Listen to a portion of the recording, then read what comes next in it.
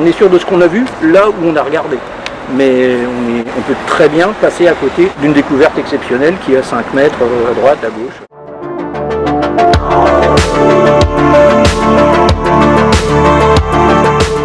Ça n'a échappé à personne, en cette rentrée, le centre-ville de Ploërmel est en travaux dans le cadre du projet de Ploërmel 2035. Parmi ces travaux, on trouve plusieurs chantiers archéologiques de fouilles préventives. Nous avons rendez-vous avec monsieur Laurent Beuchet, archéologue à l'INRAP, pour en savoir plus. Bonjour monsieur Beuchet, vous êtes archéologue à l'INRAP. Oui, c'est ça, oui, je suis archéologue. Qu'est-ce que l'INRAP? Alors l'INRAP, ça veut dire Institut National de Recherche Archéologique Préventive. Et c'est donc un institut, un établissement public qui est rattaché au ministère de la Culture et qui intervient uniquement dans le cadre de fouilles de diagnostic avant des aménagements, avant des projets de travaux.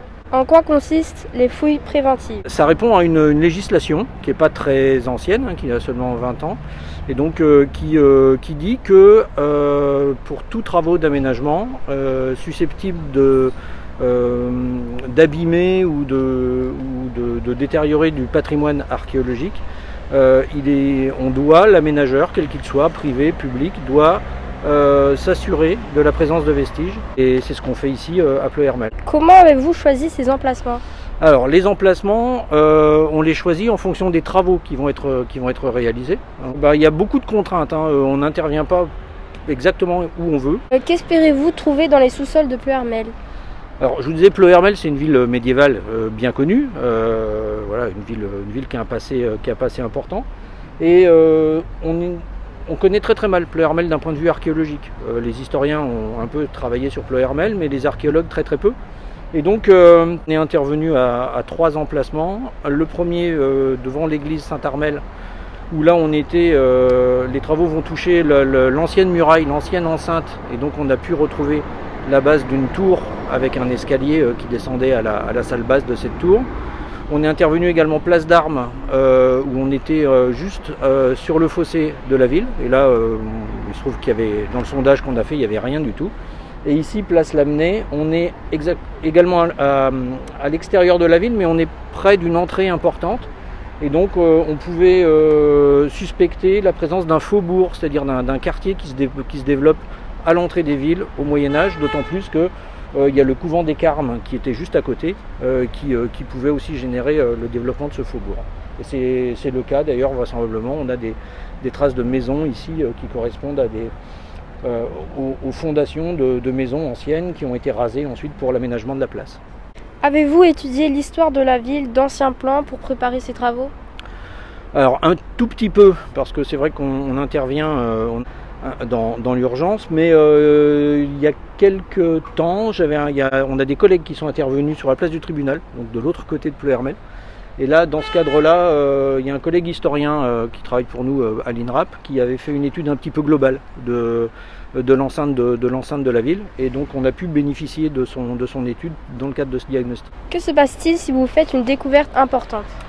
Alors, nous, on fait un rapport au ministère de la Culture.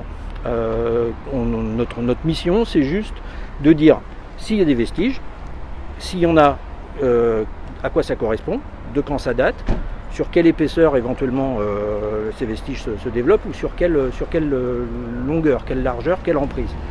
Et après, c'est pas nous qui décidons de la suite à donner. Donc nous, on rend un rapport au ministère de la Culture et à la ville. Et c'est le ministère et la ville qui ensuite discutent ensemble pour voir, en fonction des travaux qui sont prévus, s'il y aura ou pas fouilles complémentaires ou si on s'arrête là. Et là, moi, je peux pas me prononcer sur ce que décidera le ministère. Les sols des maisons devaient être un petit peu plus hauts. Et puis ensuite, ces maisons ont été détruites et rasées. On voit, on a les niveaux de béton des aménagements de la place qui viennent immédiatement sur les arases des fondations. Au cours du XXe siècle, quand ils ont réaménagé plusieurs fois la place, d'ailleurs, là on avait au moins 3 niveaux de parking les uns sur les autres. Donc ça a été refait plusieurs fois. Et là-bas, où est mon collègue, on est descendu un petit peu plus parce que le mur était détruit, donc on a profité que le mur ne soit plus présent pour nous aussi voir un petit peu ce qu'il y avait plus bas. Et là, on arrive au rocher naturel. Donc dans le fossé, là, on a des morceaux de poterie. Et en fait, c'est un pot C'est un pot qui doit dater de la fin du Moyen-Âge. Donc c'est avec ces éléments-là qu'on date. Si on a un pot de la fin du Moyen-Âge dans le remblai du fossé, on peut considérer que le remblai a été déposé au moins à la fin du Moyen-Âge. Et on peut facilement passer à côté des choses. Et là, on a eu de la chance. On a l'angle d'un mur juste en limite. On est sûr de ce qu'on a vu là où on a regardé. Mais on peut très bien passer à côté d'une découverte exceptionnelle qui est à 5 mètres à droite, à gauche.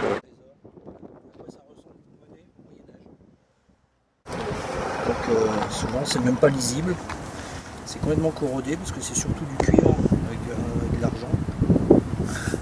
Voilà, donc il faut d'abord passer beaucoup de temps pour la nettoyer, pour après être capable de la lire et ça ne vaut rien.